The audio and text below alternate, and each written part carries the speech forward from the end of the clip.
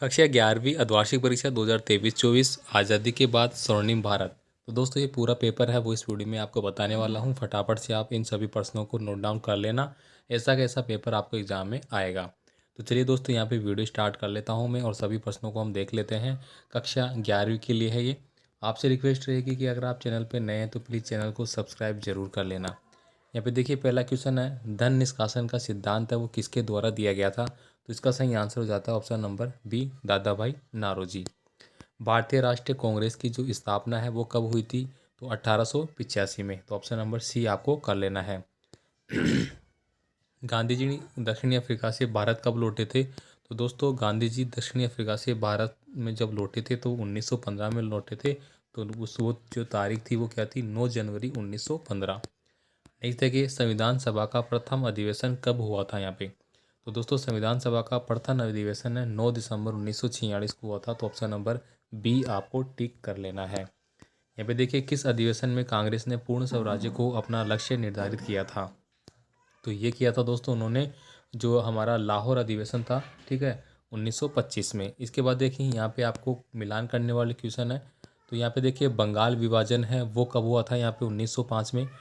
कांग्रेस मुस्लिम league की स्थापना है वो कब हुई थी यहाँ पे। भारत छोड़ो आंदोलन वो कब हुआ था, 1942 में।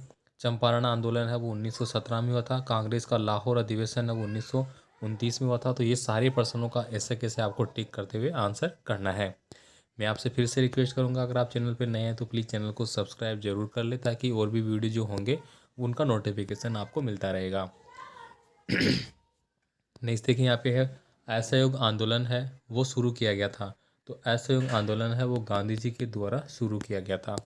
यहाँ पे देखिए अधिनियम को माले मिंटो सुधार अधिनियम भी कहा जाता है। तो दोस्तों जो आपका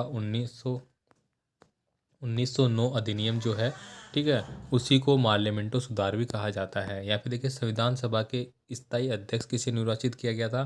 तो वो आपको यहाँ पे लिख देना है भाई, कौन से, डॉक्टर राजेंद्र प्रसाद, ठीक है, डॉक्टर राजेंद्र प्रसाद जी को नियुक्त किया गया था।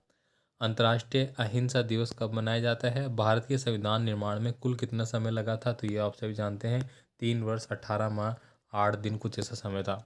स्वतंत्र भारत के प्रथम राष्ट्रपति किसको बनाया गया था। तो वो राजेंद्र प्रसाद को बनाया गया था। अब देखिए यहाँ पे भारत का राष्ट्रपिता किसे कहा जाता है। तो ये सभी जानते हैं कि जो हमारे राष्ट्रपिता किसको बोलते हैं भाई, राष्ट्रपिता बोलते हैं महात्मा गांधी को। रेतवाड़ी भू राजस्व व्यवस्था किसके द्वारा चलाई गई थी। प्लासी का युद्ध कब लड़ा गया था। तो प्लासी का युद्ध कब लड़ा गया था भाई, तो आपको बताना है 1757 में, ठीक है। यहाँ पे देखिए जलियांवाला बाग हत्याकांड की घटना है वो कब हुई थी। तो ये आपको पता है कि 13 अप्रैल 1919 को हुई थी। साथ ही आपसे रिक्वेस्ट है, आपके कोई भी पेपर लग रहे हैं तो आप हमें यहाँ पे व्हाट्सअप कर सकते हैं इस व्हाट्सअप नंबर पे, ठीक है। नेक्स्ट देखिए यहाँ पे गांधी इरविन समझौता है वो कब हुआ था। तो दोस्तों 1931 में हुआ था ये, है ना। इसके बाद देखिए अनुशीलन समिति नामक क्रांतिकारी संस्था किस क्षेत्र में सक्रिय थी। Poverty and un British rule in India नामक पुस्तक के लेखक कौन है, ये आपको बताना है।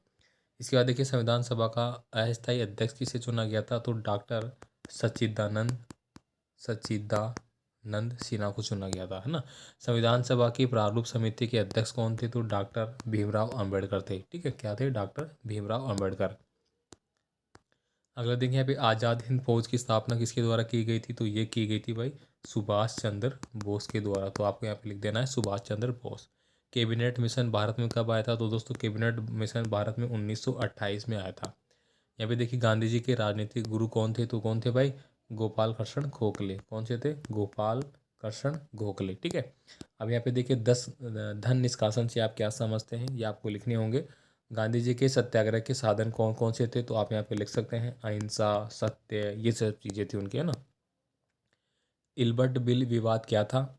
स्वदेशी आंदोलन से क्या तात्पर्य है। तो स्वदेशी आंदोलन में इसका मतलब ये था कि आपको स्वदेशी वस्तुएं ही अपनानी है जो देश में निर्मित है, बाहर से बन के कोई भी आ रही है वो हमें नहीं लेना है।